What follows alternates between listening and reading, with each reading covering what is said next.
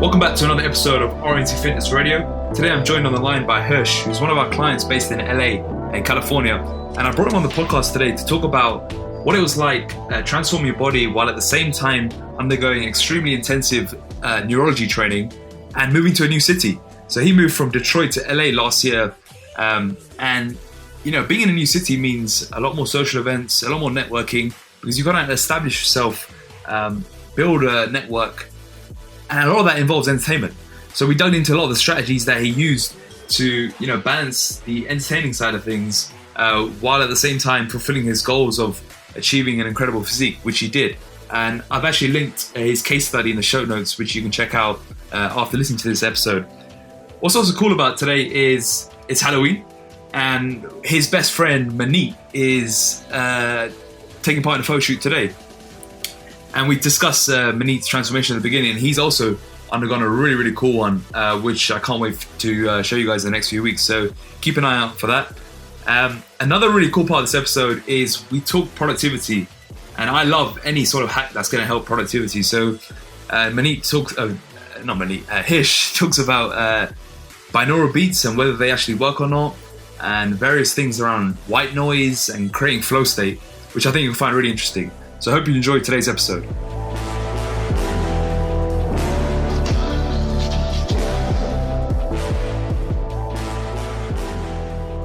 Why don't you tell the listeners who Hirsh is? All right, so I'm a 32-year-old physician.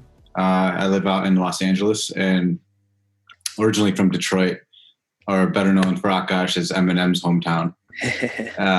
But I moved here about a year ago. I'm a practicing neurologist and pain physician in the LA area. Cool. So you've been, are you fully qualified now, or are you still training? Yeah, so I actually finished my training back in 2017. I came out, so the original reason why I came out to Los Angeles was because there's this doctor here, Dr. Vernon Williams, who works for this kind of world-renowned orthopedic clinic called Curlin Job's Orthopedic Institute. So they are the orthopedic doctors for a lot of the athletes, pro athletes, Olympic athletes. And I was really interested in like sports and neurologic disease and pain and, sports medicine in general. So I came out here to kind of learn under his mentorship for a year. And now I'm actually just in full private practice in LA County. Are you linked to him right now, or do you run your own? I kind of run my own practice along with another interventional pain physician. Yeah.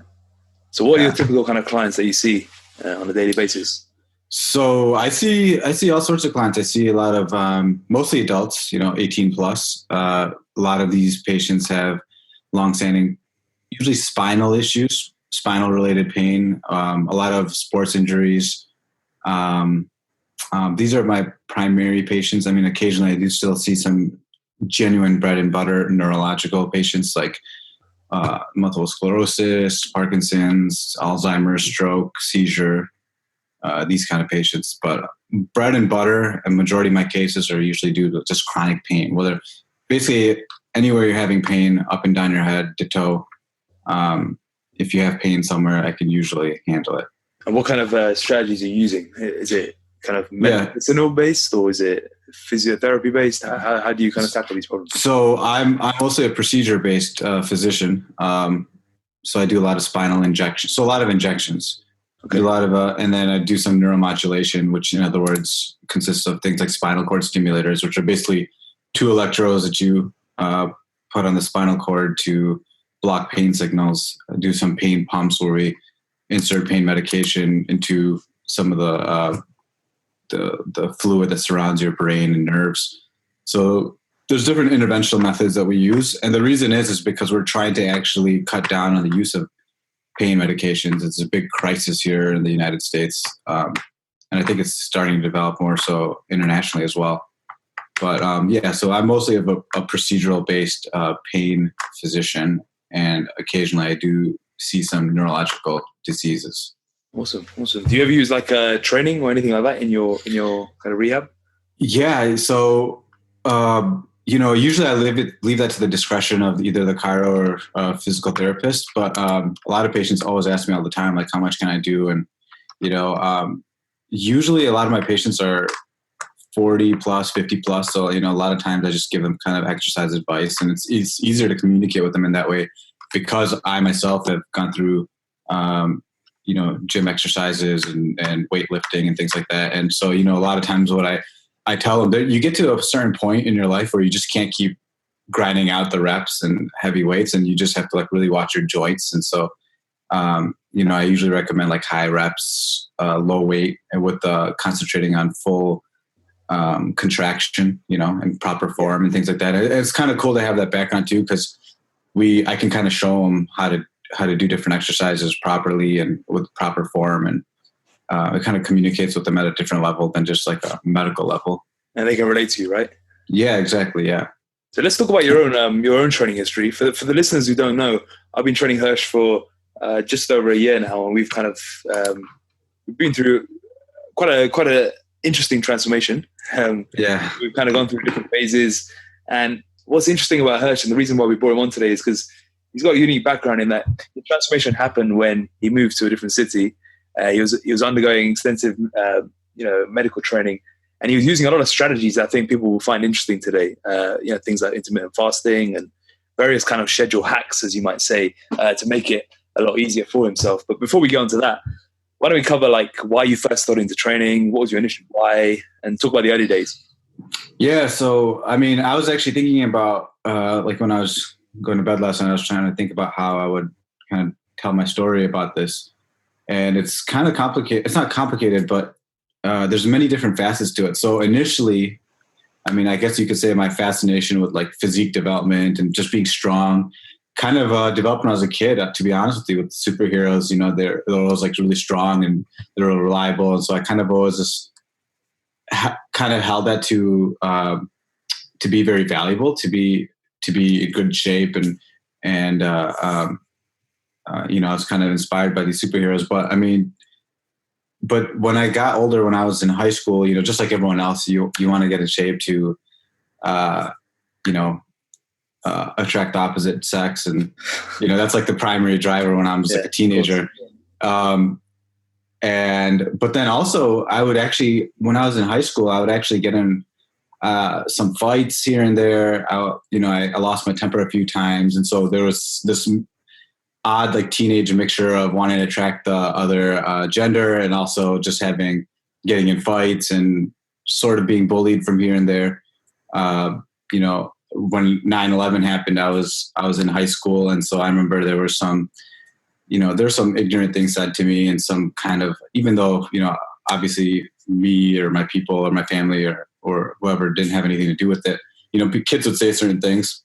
Yeah. And so, I just kind of always thought that being physically strong and being was kind of correlated with being taken seriously. And so it was always really important to me, but I had no clue what I was doing. I had no good influence, and, especially in my community and my family. I don't think anyone ever went to the gym. I'm probably the only one who ever consistently goes to the gym in my family.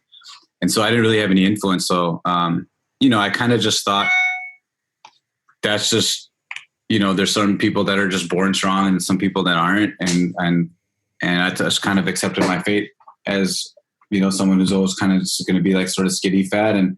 And that's just the way it was going to be. And then I came to college, and somewhere between high school and college, I actually met this one guy who is actually a bodybuilder at that age. He was competing in like junior level competitions. And he was actually from, the same background as me, a South Asian guy. And up until that point, there was just no good role models for me to look at and be like, you know what, I can do this too. And so he kind of was the first person to show me that it doesn't really matter your background or genetics, if you will. And, you can, as long as you have the dedication and put in the hard work, that you could really transform your physique. And he actually put me on my first online plan. I still remember this plan. It was something like do 50 sit-ups every single day, no matter what. And I don't know, some kind of like push-up routine. And that was my first encounter with online training, I guess. But but he was a local guy, but he just set up this plan for me that I would do at home. And, so that was the first time I started becoming stronger. I started going to the gym, and the confidence it gave me in those early years in college was just incredible. I definitely felt the effects of starting to being more taken more seriously, and I just felt more confident. And so, but then, things got busy in college, and I had no clue about nutrition or training. I used to read like Men's Health, and, I used to see these like posters that would be like 6-pack in 6 weeks. And then I still remember I literally had a poster that said 6-pack in 6 weeks, and I would do that regimen. And then 6 weeks would go by, and I'd be like, why don't I have a 6-pack? And so it was just like a bunch of time wasting for many years. And so I ended up just getting frustrated, to be honest with you, because I was just spinning my wheels for so long. And so I kind of just gave up on, the idea of being strong and lean and healthy. And I honestly thought, I was like, you know what, I'm an Indian guy, and I guess this is what happens. I saw the people around me, and everyone was sort of looking the same as me, and everyone just kind of chalked it up to genetics and destiny. And that was that. And so that was my first flirtation with fitness and health. But then what really changed the game with me, interestingly, was when I started medical school. So when I went to medical school, I wasn't the best student. So I actually always thought medical school was very hard. And I think a lot of people say that, a lot of physicians get this I know I certainly did get this reputation, as being really smart and hardworking and all that stuff. But like I started medical school, and I thought this was the hardest thing I've ever done. And I had to actually really struggle to do average, or sometimes even below average, frankly. And I was getting stressed out. I was putting in so much hours, and I just wasn't seeing the results. And, that actually at that point led me to, and I know you and I talked about this before, I used to kind of experiment with different biohacking things like binaural beats and like bulletproof coffee and like all sorts of stuff. I remember I tried dual end back training to increase my IQ. I mean, what was that? I've tried everything. Dual back training. Dual end back training. Look into that. Dual and back train. End back training. Okay. Yeah. Yeah. So just Google that and check that out. I tried that for a while. I mean, give me a brief. What is it? It's basically like they flash a bunch of numbers in a certain sequence on a screen, and then you have to like repeat those numbers, and it like increases from like one number, then 2, then 3, then 4, and it keeps going. And you have to like keep on training yourself to basically be able to memorize numbers really fast and repeat them, essentially. Apparently, like the better you do on that, the higher your IQ becomes. But later, this was debunked. It seems like you just become better at that. You don't necessarily increase your IQ. But anyways, that actually I was sort of a struggling medical student, and the guy who was doing one of my best friends, he actually was a college wrestler in college, and he was the top of our class. And this guy used to train consistently. He was so disciplined, and I think in retrospect, he carried a lot of his discipline from his like athletic and training days to medical school. And so he excelled. He was top of our class. And so I started hanging out with him a lot, and we used to go to the gym together. And I sort of saw how the lifestyle he was living translated to the classroom and the rest of his life as well. And so it started kind of building up my spirit to start going to the gym and working out again. And then, so that was in medical school, and I started noticing that I started performing a lot better in school when I started to train and be consistent. And then what really changed things for me was residency. So in medical school, you get into medical school, you do like rotations, which is basically you shadow a bunch of doctors and kind of learn the basics from different specialties, but then you pick a residency, which is your subspecialization. And at that time, because of my background of sort of struggling in medical school and finding my way out of it, I picked neurology as my focus, because I thought the brain is inherently the most fascinating organ. So why not be an expert on it? And so that's what led me to choose a path of neurology. And so when I started neurology residency, I mean, it was brutal. Anyone who did residency with me knows at Henry Ford Hospital in Detroit.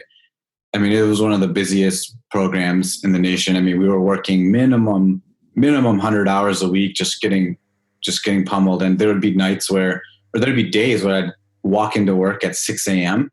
And without exaggeration, I would leave the next day at 12 p.m. So basically working 30 hours with nonstop, no break, and just being challenged, from a mental and physical standpoint. And I still remember there would be a Subway sandwich shop there, and I just like down a sandwich real quick because I barely had time to even eat, in those 30 hours. So they were having you with patients in those 30 hours?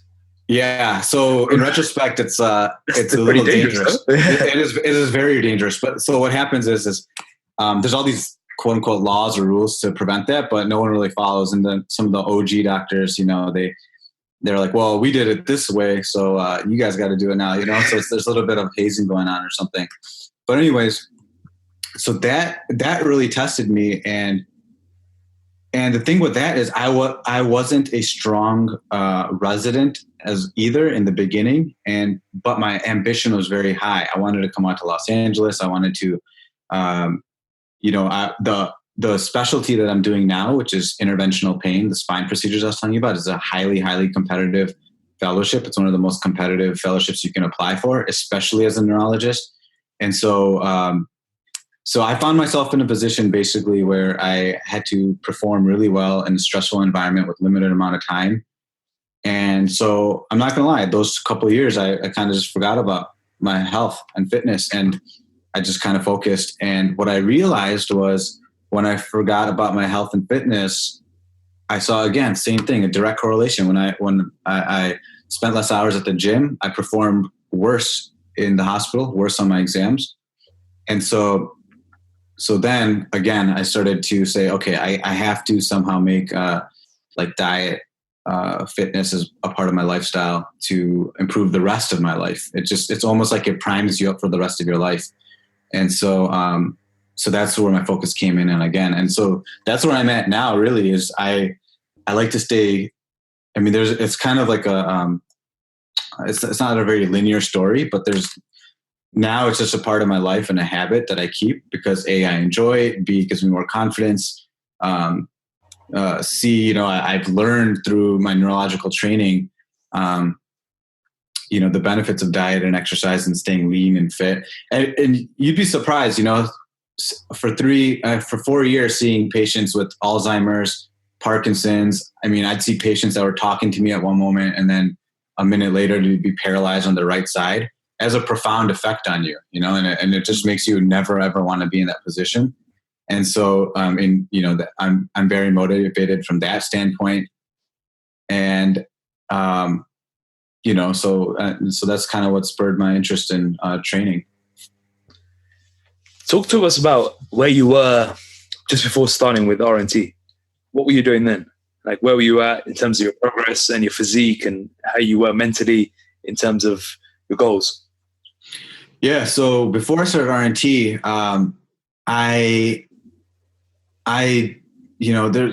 there's kind of two parts to this. One is I sort of accepted the fact that I'd probably be always a little bit skinny fat just because everyone else around me was.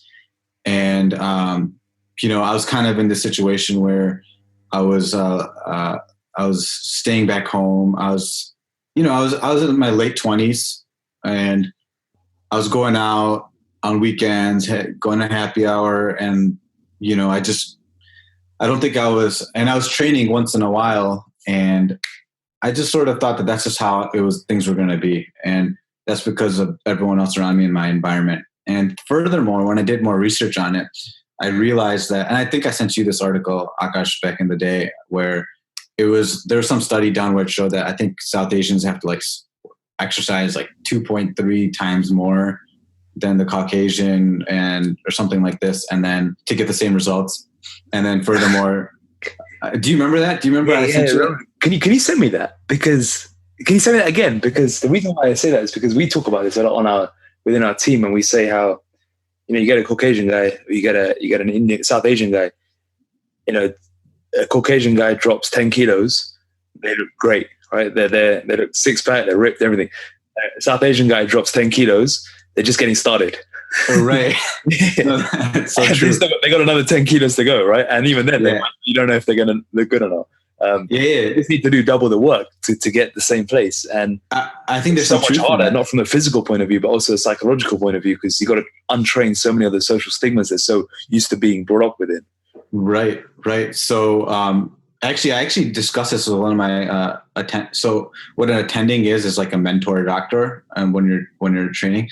So I actually discussed this with one of my Indian attendings, and I was like, have you noticed that his name's Dr. Shripati? I was like, have you noticed that, Dr. Shripati? And he's like, he gave me an evolutionary answer behind that. He said that because there was a lot of droughts back in the day, in ancient times in that region, the South Asian genetic profile developed the ability to store body fat more readily, because in times of like drought, it would be very useful to have that. But that's one explanation behind it. Yeah, send me the study. It'd be good to look at it again from a scientific point of view. Now that I've got a lot more data points to use from it. Yeah. So I accepted that as my fate. And then number two thing is, I'll send you this other study. Is I still remember reading this study, and I was like, well, I'm destined for this. Is they actually studied neonates.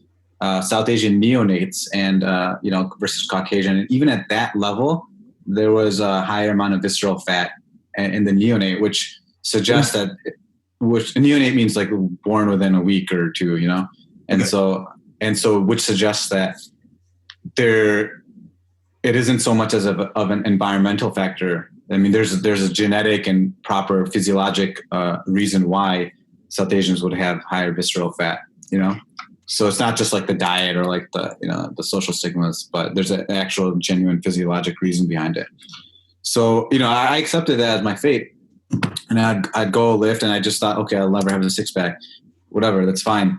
And I just got to do the best I can. And also, I was working out consistently and being mindful of my choices, but I just never felt like I was getting anywhere. I always kind of looked the same. And I knew all the information because I've done all the reading. I know that I can read scientific literature pretty easily, and I just had all the information, and I just still wasn't getting anywhere. And so I remember when I first came across your guys' page, and the reason I came across your guys' page was because Vince Del Monte shouted you guys out, and I was like, he shouted out the name Akash, and I was like, who the hell is he talking about, Akash? And then so I looked at the link, and I was like, then the first thing I saw was Sham's transformation. Yeah. And I was just floored. I was like, you got to be kidding me. I was like, this guy looks sort of like me and like a lot of my friends, and he just became a photo shoot status. I was like, this is incredible.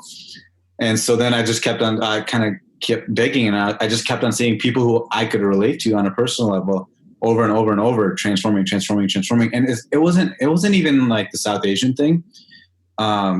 It was also the fact that when you read the client studies, I mean, these guys were working regular jobs, and so it wasn't just like some young guy who has like an online business, just has his own schedule.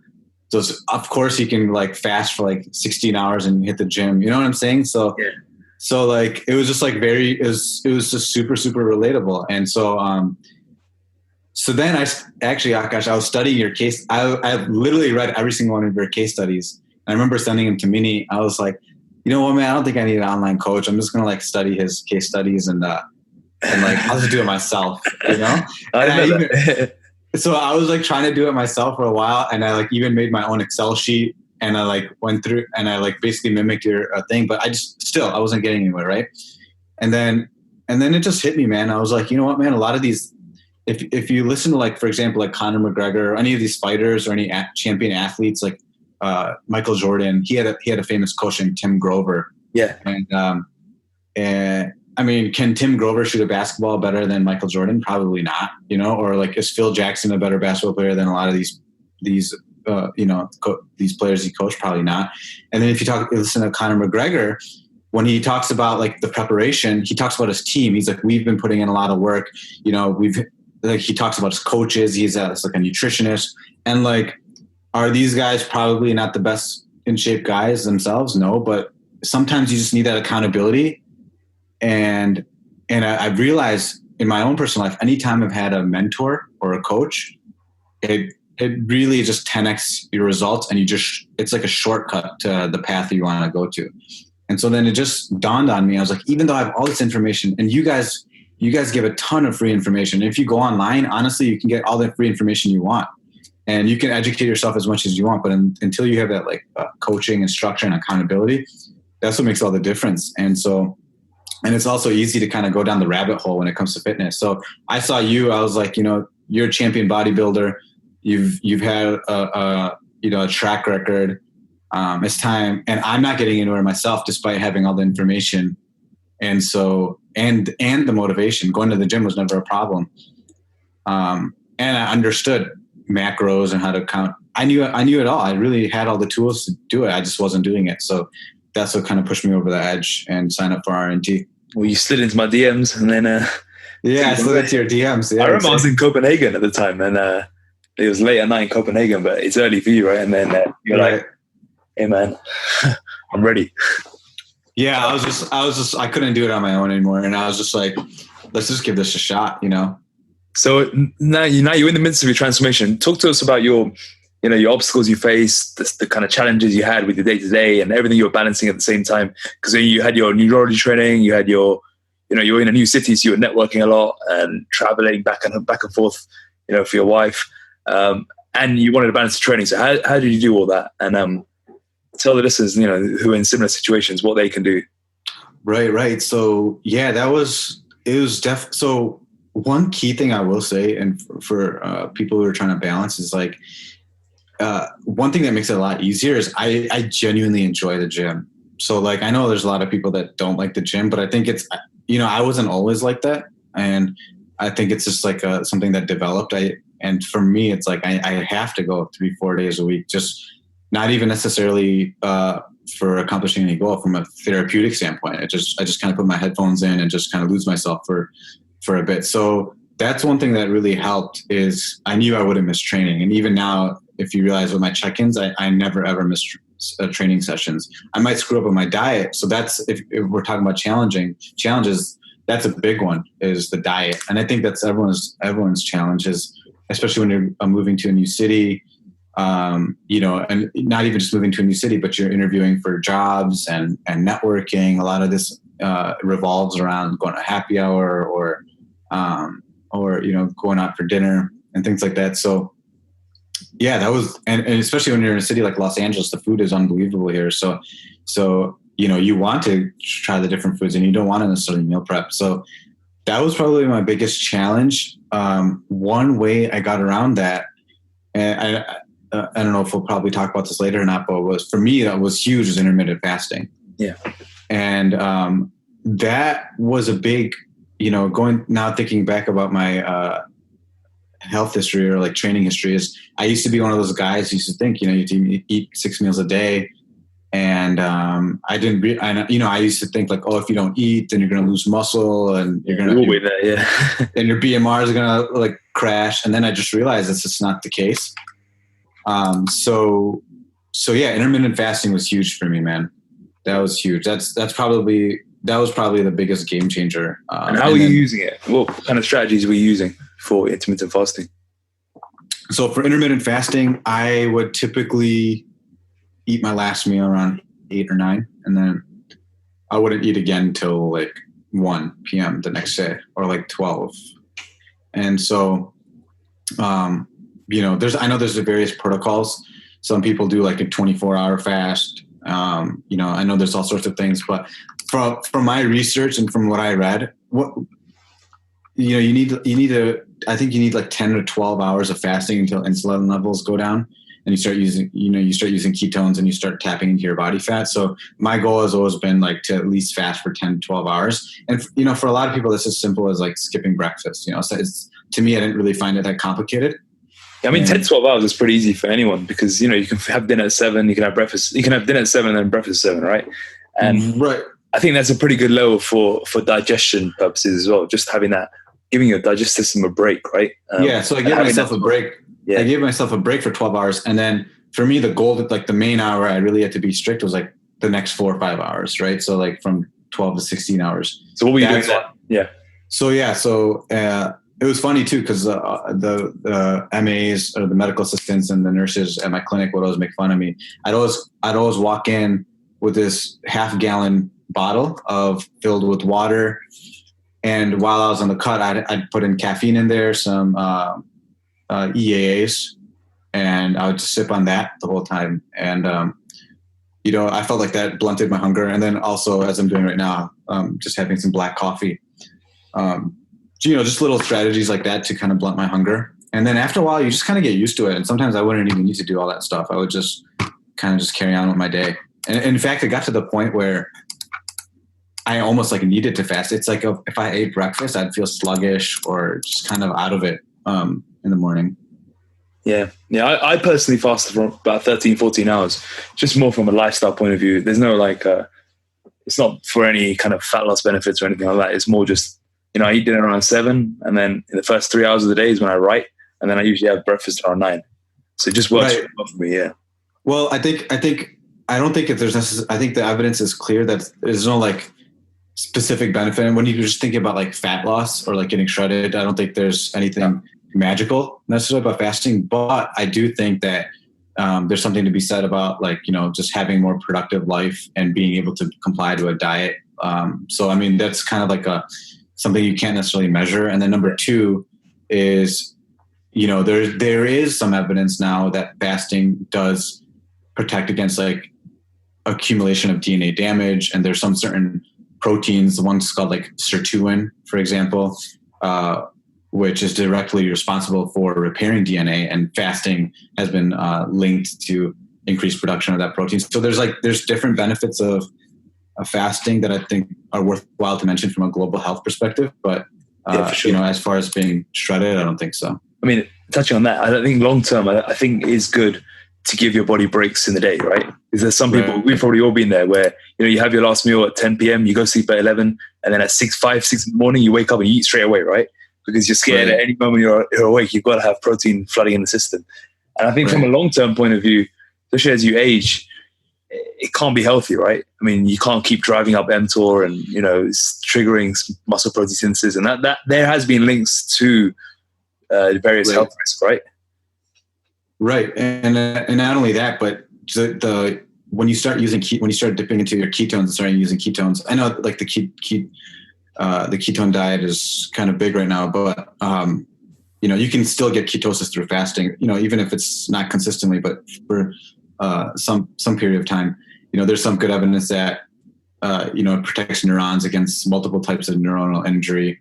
And as a neurologist, sometimes I remember I would have some children with really, really bad epilepsy, and the only thing that we could do for them was a ketogenic diet. Yeah, for sure. With regards to compliance, I think that's huge. And for a lot of clients or people who are dieting really hard and in that phase where the hunger levels are so high, I think using time restricted approaches is one of the best ways to manage that. Yeah, and then also it's look, here's the thing. So here's the thing with the macro. So I'm big on flex dieting, as you might have seen on my Instagram stories. I'm making these crazy. You're a macro terminator. Yeah, exactly. So I'm big on that, but and I really believe in really just trying to nail your macros. But if you start to obsess over it, it can lead to some borderline eating disorders, and it's stressful when you're trying to live a normal life like I was and network, and you're eating out to dinner, and then you're oh my God, I can't track this macro, right? So I think what intermittent fasting did for me was sort of create me this buffer. It wasn't perfect for sure, and I couldn't track it all the time, but it helped me at least have this sense of, okay, well, I fasted all day, so I didn't track my meal, but ultimately my calories were probably in the window that it needed to be. Maybe my macronutrient ratio wasn't perfect, but it gave me that flexibility. The number one thing is always calories, right? Right. You your calories, and then you go to protein, nail protein, and then you can worry about fats and carbs and where they fall. Right, exactly. But that only works if you can fast all day and you don't just binge when you do eat. Right. So you see a lot of guys who do intermittent fasting and they just binge because they can't control their hunger, right? So I think the key with intermittent fasting is to do a time period which allows you to stay away from that clock watching zone. Because when you start clock watching and you've got that crazy urge to just eat, that's when it can actually be counterproductive. Right. And you don't have to be, I wasn't like neurotic about it. So like, for example, like, if I started getting that feeling, like I might have like a little bit of an apple or something, you know what I'm saying? Like you can't be like that. And otherwise you will binge, otherwise if you keep tracking it like that. And then it becomes another form of an eating disorder, right? When you're so obsessed, you're like, oh, I can't eat until midday. And then at midday on the dot, you're shucking the food down you. Yeah. And the other thing I noticed, you probably noticed this too, is like, there's this really weird phenomenon with diet. Like people become really tribal. So like if they're like in the intermittent fasting or intermittent fasting camp, like they're like, that's all I could do, man. Like there's no chance I'm eating within this window. And it's just like, you just can't be that hardcore about things, man. And it's definitely not sustainable. Yeah, you just got to find the diet that works for your lifestyle. And if you get the calories in that you need to, no matter how you get it done, that's the most important thing, right? In the end, it's all about adherence. It's not about, following a specific camp and getting too, as you said, tribal about it all. Cool. So let's switch away from diet and let's talk about, your profession and, what you do day to day. Because I work with some doctors and a lot of things they always complain about is how erratic and unpredictable and long their schedules can be. So, there may be some doctors here or there may be some trainers who are listening to this that have trainers who are clients who are doctors. What can they do to, optimize their lifestyle choices and ultimately set a good example for their own patients, right? Because you see a lot of doctors who are out of shape themselves, right? Which is kind of paradoxical. So what kind of advice do you give there as someone who's practicing themselves? Yeah, you know what, man? That's funny you say that. That was actually, I didn't touch on all my motivations, but that was actually a big motivation of mine, is that I would see so many doctors talking about like health and nutrition, and they just didn't look that healthy themselves. And I didn't want to be in that camp. And, they would give diet advice. I remember I read an article in my local newspaper written by this physician at one of the big hospitals here.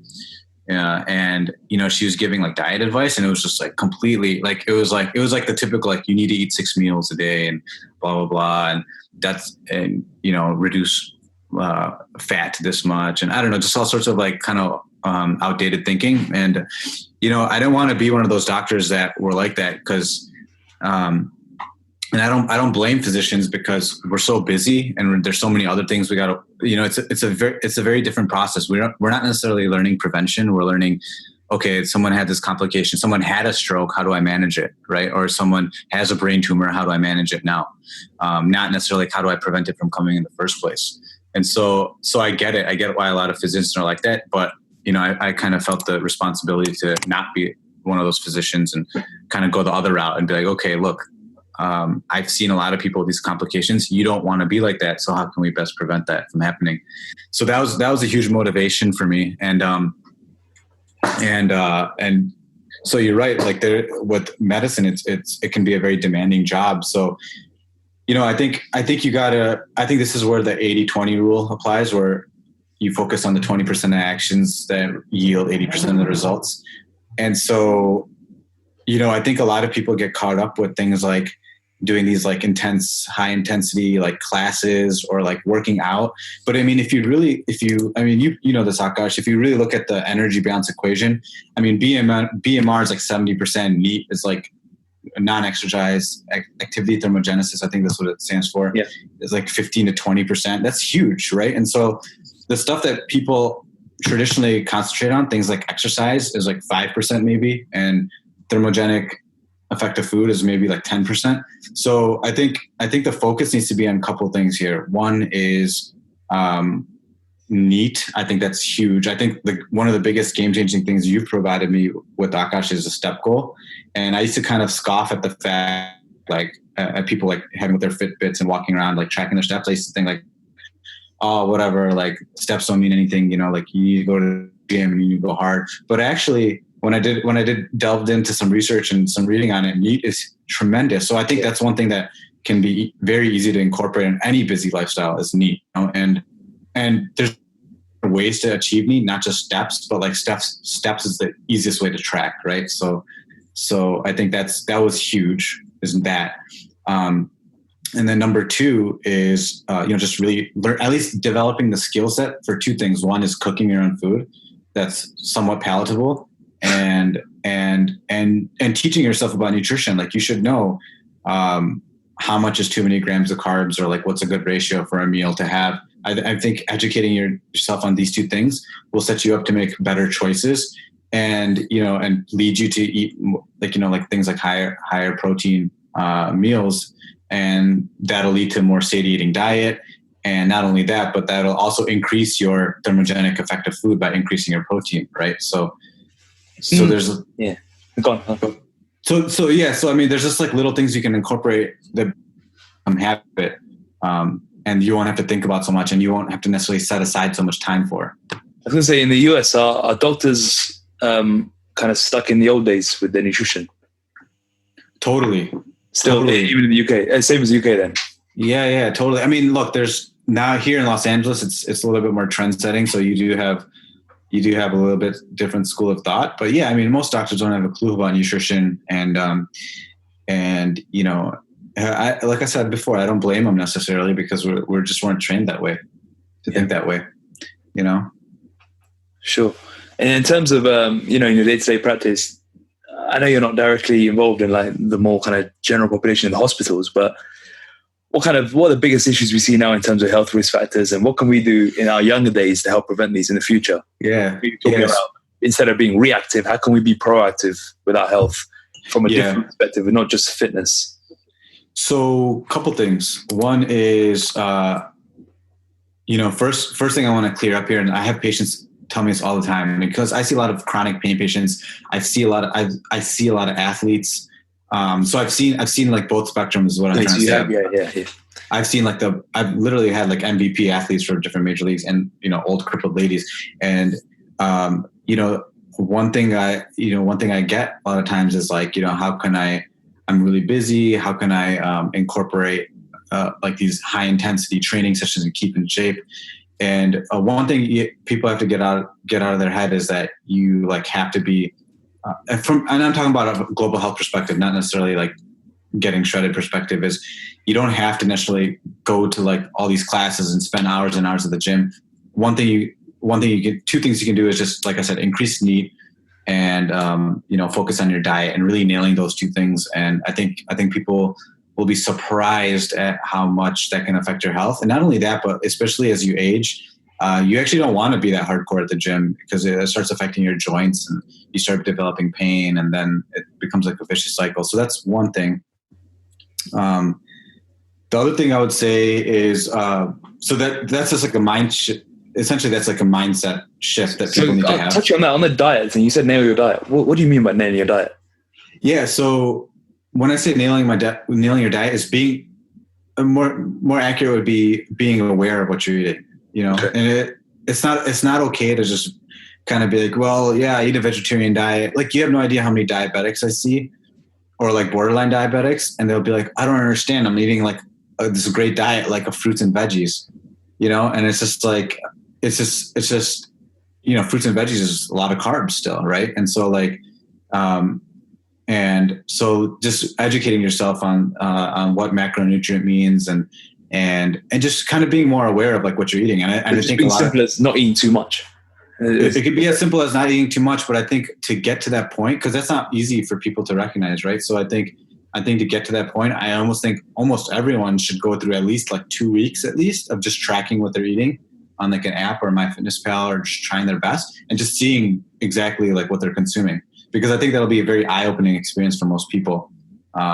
And then you'll just make different decisions. It's like, okay, I can have this like rice cake, or I can have this like bag of pretzels, right?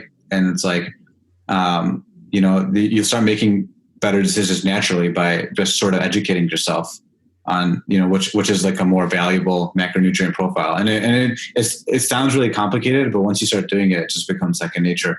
So I think that's one thing people can do to really change their health, is honestly just educate themselves on macronutrients and diet and things like that. And then number two, a big thing for me, and one thing I harp on a lot, is visceral fat. So visceral fat is this fat that basically surrounds your organs. You can't necessarily see it. And so there is a correlation with subcutaneous fat and abdominal fat, but there's plenty of, really skinny people and skinny populations that will have a bunch of fat around their organs. One example of this is South Asians, and a specific example of this is like my father. My father is like 5'10", maybe weighs like somewhere between 125, 130 pounds, and he's had 2 heart attacks. He had his first heart attack, I think, at age 45. And, if you look at him, you would think like, oh, what a healthy guy. But, he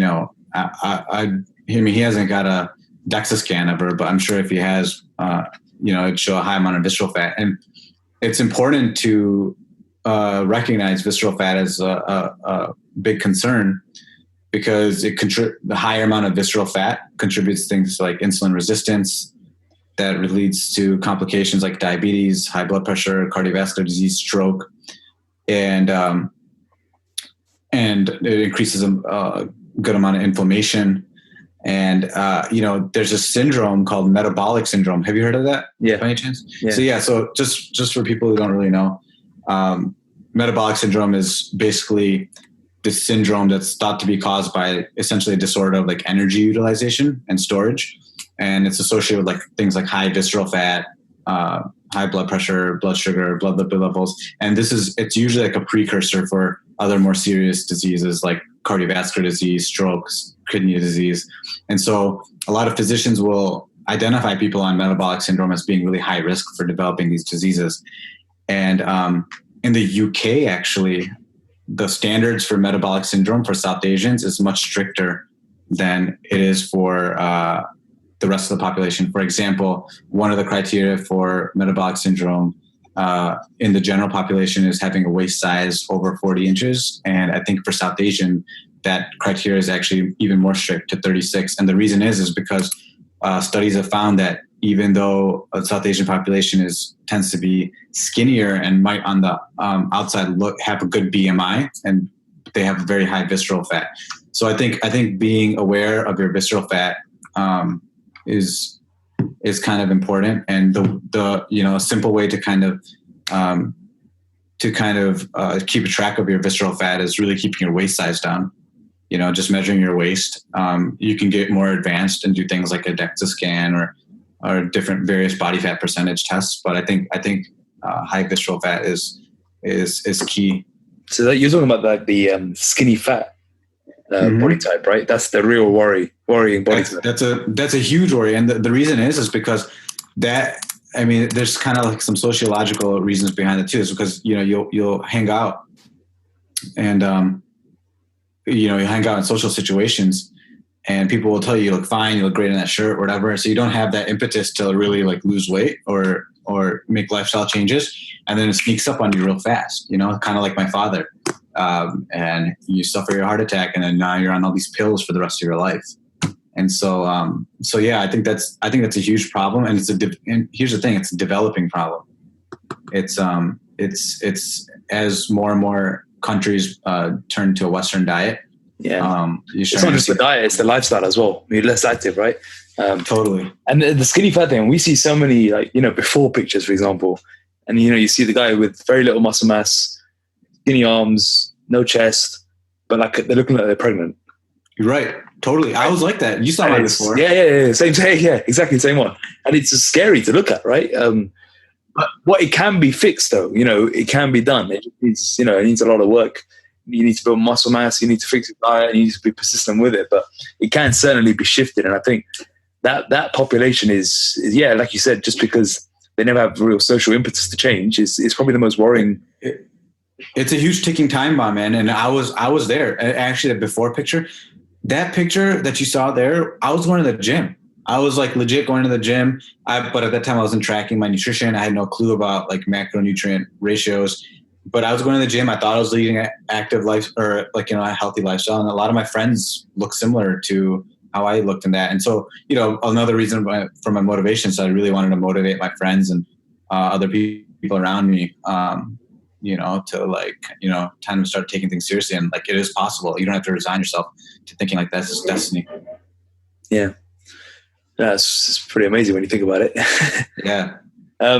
we touched earlier on about binaural beats and the hiking. Yeah. Let's talk a little bit more about productivity and what your best kind of hacks here, because I know you're really into this. I'm kind of binaural beats, but you told me they don't really.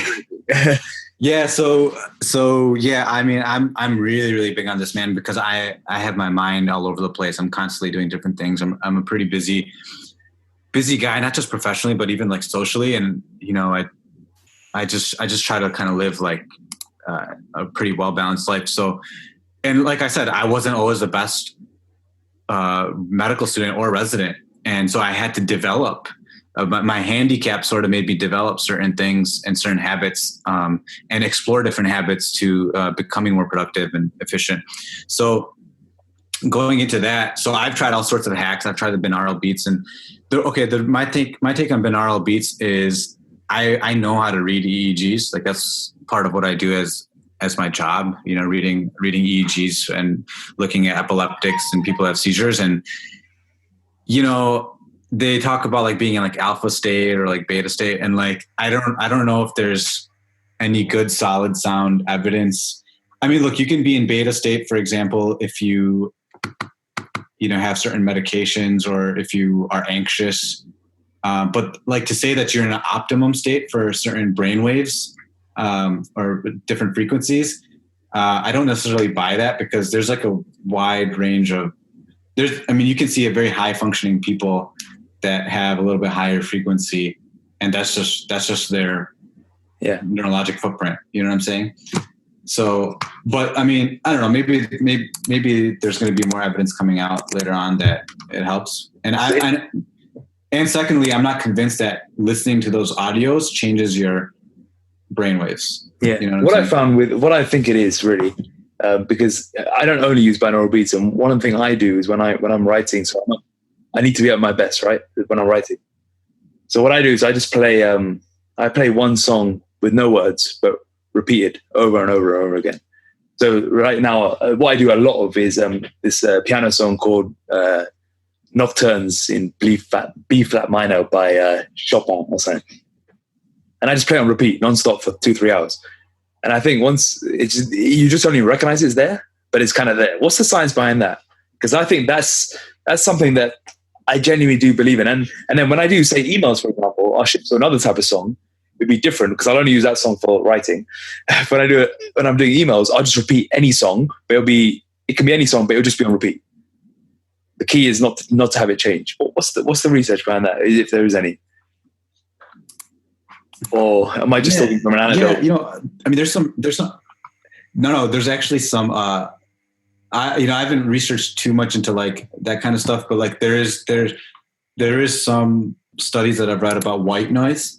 Are you familiar with what white noise is? Yeah. So by the way, a good app is this app called Simply Noise for white noise. So I personally use white noise when I study and when I have to be really focused, instead of music, but it's the same concept. And I think the general concept is just like fills, I mean, this sounds sort of like pseudoscience, but it's like fills sort of a part in your brain that would otherwise leads you to just like start wandering or start having drifting thoughts. It sort of like fills that void. And then so you can just focus on the task. I mean, I actually just saw on my Twitter that there was some research suggesting some adverse effects of chronic white noise therapy. I got to look at that. But when I saw that, I was like, oh man, I've been using white noise therapy forever. So I got to read that. But I did get an email alert about that. So I'll read on that and update you. But yeah, I mean, I think white noise is huge. And so there's been a couple of game-changing things. So I tried all sorts of hacks and supplements. And I don't know if I told you this, Akash, but I even tried starting my own supplement company called Hawk. And the main active ingredient was rhodiola. And, people who know me from back home and stuff know that I love supplements, and I've always tried to find the next big pill and different hacks to really enhance performance. But, honestly, man, none of that, after all these years of trying all that stuff, ultimately what helps the most is hacking your behavior and not just some of this sort of magic pill. So what I mean by that is I think things like white noise helps, but also things like working in like 50-minute increments and then giving yourself a 10-minute break to do whatever you want, right? So like in those 50 minutes, you tell yourself, okay, I'm just going to work and I'm just going to focus. I'm not going to do anything else. And then giving yourself the ability for those 10 minutes to do anything but your work and just kind of letting your mind drift. And so kind of structuring your daydreaming and kind of, procrastination. Because it's inevitable. You can only, you only have a certain amount of willpower and focus for a certain amount of time. But really the three big game-changing things was, one is exercise. There's countless amount of studies that show that exercise not only is good for your health, but it improves learning, stress, anxiety, and there's a study actually done by the California Department of Education, and it consistently shows that students with higher fitness levels actually have higher test scores. And other studies, like I remember I was reading one study that shows that actually doing exercise primes your brain for learning. Like there's this one study that showed like 20% faster learning after subjects did high intensity interval training, and also increased levels of BDNF, which is like this protein, which is basically like Miracle Grow for your brain, which is a protein that's expressed to increase neuronal connections. So, I mean, keeping exercise as a staple of your lifestyle primes your brain for doing everything else better. Likewise, lack of sleep also obviously leads to lack of productivity and concentration. So really optimizing your sleep, will have a game-changing effect. And so, I think those two, when I started focusing on my sleep and I started focusing on my exercise, I mean, I could take all the supplements and do all the different kind of hacks I want, but really those are the two biggest game-changing things. Comes down to the simple stuff, right? Yeah. And speaking of like the pills and stuff, have you ever tried nootropics or experimented with them? Yeah, I did, man. I tried, I forgot the name. Paracetam? Paracetam. That's the one I tried. Like these things, that's the thing about them, man. It's like, I don't know how much of it works because of like wishful thinking. And all of a sudden you're like, okay, now I need to start. Placebo, like in a placebo. Right, exactly. So, I've tried all these things, but ultimately my results didn't really change until I just nailed my sleep and diet and exercise. And I think, it sounds kind of like what you guys tend to preach is like, it's just all about ruthless consistency and just putting in the work and discipline. And, that's how you're going to transform your body. And I think it goes the same for the mind, So go, you go.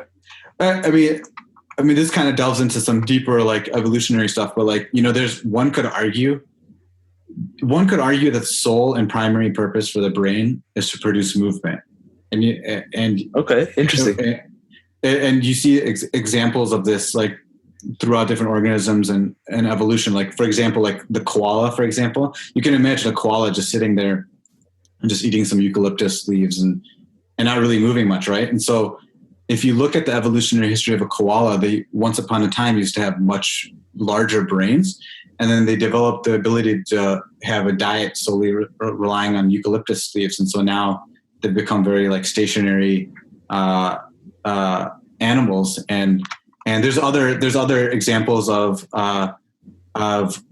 different organisms, especially in the oceans and underwater, that sometimes to conserve energy, they'll actually digest their brain.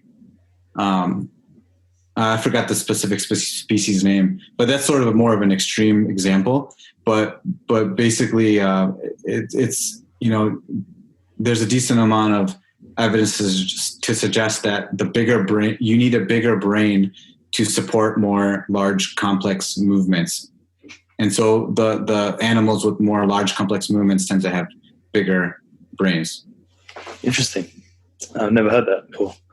I was going to ask you your top 3 tips to clients, but I think you've nailed it nice and simply for them. Just follow your diet, train hard, sleep well, and just do it every day. Well, I think the other thing too is like it's really easy for people to, especially for a guy like me, is to really go down the rabbit hole. But like, just honestly, man, keep things simple. Have a coach. Keep things accountable, and 80-20 rule, man. Just focus on the major things, And I think it's so easy to like just be like be tribal about your diet, but having an experienced coach, and just following your guys' regimen and just no nonsense approach to it, it's been game changing. And I try to explain to people like what coaching has done for me, and they're like, well, couldn't you have done all that yourself? And it's like, yes, I could have, but I wasn't, right? Yeah. So yeah, it really made the difference for me, man. So I know you're a big foodie. You like your food. I love my food, man. End of a diet. What's your favorite cheat meal to go towards? End of a diet, cheat meal, pizza, man. Pizza. Cool. Any specific? So the best pizza in the world, literally, is this one place in Detroit called Buddy's Pizza. So I don't know if they have this in London, but look up Detroit style pizza. Detroit style pizza. Are they known for it? Yeah, it's starting to get known. Okay, cool. What's the biggest thing on your bucket list right now? Biggest thing on my bucket list, probably, I actually want to get into some, I want to start traveling a lot more. So one of the things on my bucket list was to always visit Thailand. So I'm planning a trip to Thailand in December. Oh, really? Thai food. Yeah. I'm in Thailand in December. Are you really? When are you going? Yeah. I'm going 28th of November to 16th of December. Wait, 20th of November? 28th of November to 16th of December. I think we're going to just miss each other, man. Oh, when are you going? I'm going like the 20th to January 2nd. Oh, you're going through New Year's? Okay. Yeah. Who are you going with? Mira and I are going. All right, great. Yeah. Whereabouts are you going in Thailand? We're still trying to figure out the itinerary specifically. Okay. Well, we just got the tickets, and so now we're going to figure things out. Oh, you booked the flights? Yeah, I booked it last week as well. Yeah. I got a wedding now, so wow. I'm making it to a trip. Yeah, I got my first cousin's getting married at the start of December, so I'm just heading out a little bit earlier and then stay a little bit longer after. Yeah, I mean, aside from Indian food, Thai food's probably my favorite, so it's going to be a dangerous trip. Yeah. Not Mexican? Nah, man. I mean, actually, my favorite meal of all time is probably butter chicken and naan, but after that, it's like a good Penang curry. That should be a pretty cool month for you then. You got Mexico at the start of December and then Thailand at the end. Yeah, also a dangerous month, but yeah. Dangerous one. Dangerous one. Last one. Who should we have on the podcast next? Who do you think I'm going to say, man? Manit. Gotta get Manit on the cat. Yeah. I've got him. He's going to come on. I said that you can either come on alone or you can come on YouTube. You can do it like a dual appearance. Yeah, man. I think he'd be a fun guy to have. All right, we'll do a dual appearance with YouTube once he's done his shoot. I think that'll be a cool one. I'm down, yeah. Is there anyone, do you want to promote anything, or if people want to work with you in LA, plug away? Not really, man. I mean, I'm definitely going to start getting into. So one of the things getting fit and lean has done is, it's given me the kind of the authority and kind of credibility to start speaking on this matter. And it's a diet, exercise, and nutrition's a passion of mine. So that's one of, now I have kind of the educational background. I have the kind of the credibility to kind of speak on it and experience to relate with people. So, I'm going to start getting into more consulting and speaking gigs. And so, yeah, man, that's kind of what's in store for the future for me, aside from just my clinical work. And so, I'm pretty excited about that. Awesome. Yeah, you got that unique angle, right? Whereas not many medical professionals are doing, the fitness side of things. So you can kind of blend it in a way that no one's really done before. Yeah. And it's odd to me because I feel like, if anyone should know about fitness. Yeah, exactly. And it's so weird to me that it's like two separate worlds. Yeah. Cool. Is there anything else you'd like to add? No, man. I'm not going to lie. I kind of just started speaking off my mind. I didn't do too much preparation for this. That's good, man. We covered a lot of things. We covered some cool topics. I hope it was okay. Neurology, binaural beats, health risk factors. It's good. Yeah. So if people have enjoyed today's episode, please share it with their family and friends. Hit subscribe, leave a positive review. For more information, please visit www.rntfitness.co.uk. To follow us on Instagram, please follow me on @AkashVagela or @RNT_fitness. Thanks for listening.